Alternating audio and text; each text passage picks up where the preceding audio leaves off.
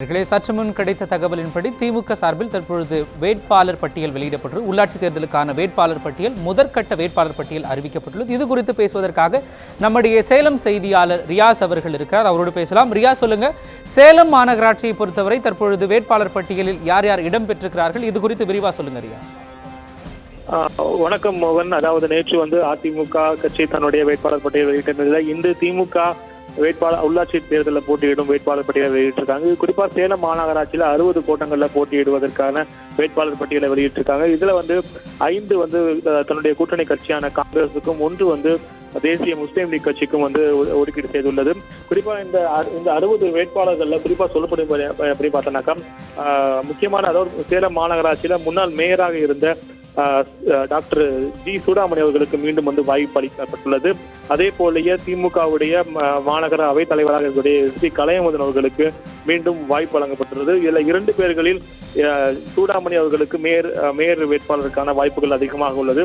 குறிப்பா சேலம் மாநகராட்சியை பொறுத்த வரைக்கும் கடந்த தேர்தலில் பாத்தீங்கன்னாக்கா 51 வேட்பாளர்கள் அதிமுக தனி பெரும்பான்மை பெற்றிருந்தது. அவர்கள் கடந்த தேர்தலில் 9 அதாவது கவுன்சிலர்களை கொண்டு சேலம் திமுக 9 கவுன்சிலர் கொண்டிருந்தது. அது 9 கவுன்சிலர்களை பாத்தீங்கன்னாக்கா இதுல பெரும்பான்மையவர்களுக்கு இடம் கொடுக்கப்படவில்லை. குறிப்பா கடந்த மாநகராட்சி தேர்தலில் எதிர்கட்சியாக இருந்த துரை புவனேஸ்வரி அவர்களுக்கு இந்த முறை வாய்ப்பு வழங்கப்படவில்லை. அதே போல, அதாவது கடந்த 9 மாநகராட்சி உறுப்பினர்கள்ல முக்கியமாக கருதப்படுற துரை புவனேஸ்வரி மற்றும் தெய்வலிங்கம் என்பவருக்கு இந்த முறை வாய்ப்பு வழங்கப்படவில்லை. கடும் அதிர்ச்சியை ஏற்படுத்தி இருக்கு. அதே போல கடந்த தேர்தலில் வெற்றி பெற்ற அறிவுநிஷா கபீர் அவர்களுக்கு மட்டுமே இந்த தேர்தலில் போட்டியிடுவதற்கான வாய்ப்பு வழங்கப்பட்டது. குறிப்பா அதாவது 40க்கும் மேற்பட்ட வேட்பாளர்கள், 60 வேட்பாளர்கள் 40க்கும் மேற்பட்ட வேட்பாளர்கள் புதிய வேட்பாளர்களாக திமுக இந்த முறை களம் இறங்கியிருக்கு. அதே போல அதிமுகவும் இதே பாணியை கையாண்டு 41 வேட்பாளர்களை புதுமுக வேட்பாளராக அறிவித்தார். ஆனால் இந்த முறை திமுக கடந்த தேர்தலில் போட்டியிருந்த வேட்பாளரும் கலந்து தற்போது 40க்கும் மேற்பட்ட புதிய வேட்பாளர்களை இந்த மாநகராட்சி தேர்தலுக்காக களம் இறக்கியிருக்காங்க.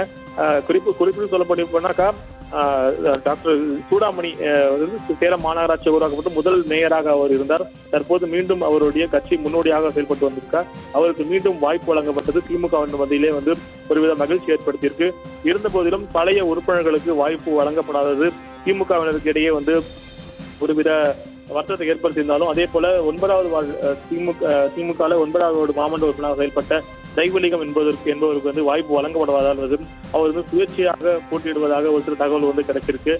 தொடர்ந்து, அதாவது இந்த திமுகவுடைய வேட்பாளர் பட்டியலில் பார்த்தீங்கன்னாக்கா 1வது வார்டில் தமிழரசனும், 2வது வார்டில் சக்திவேலும், 3வது வார்டில் குமரவேல் மற்றும் 4வது வார்டு தினகரன், இந்த வரிசையில் பற்றி எல்லாமே அதிகப்படியான புதுமுகங்களை திமுக தற்போது இறக்கியுள்ளது. குறிப்பா பழைய ஆட்கள் அதிகப்படியான வாய்ப்புகள் வழங்கப்படவில்லை. குறிப்பா அந்த முன்னாள் மேயர் சவுண்டப்பன் என்பவருக்கு மட்டுமே வாய்ப்புகள் அதிகப்படியாக வழங்கப்பட்டது.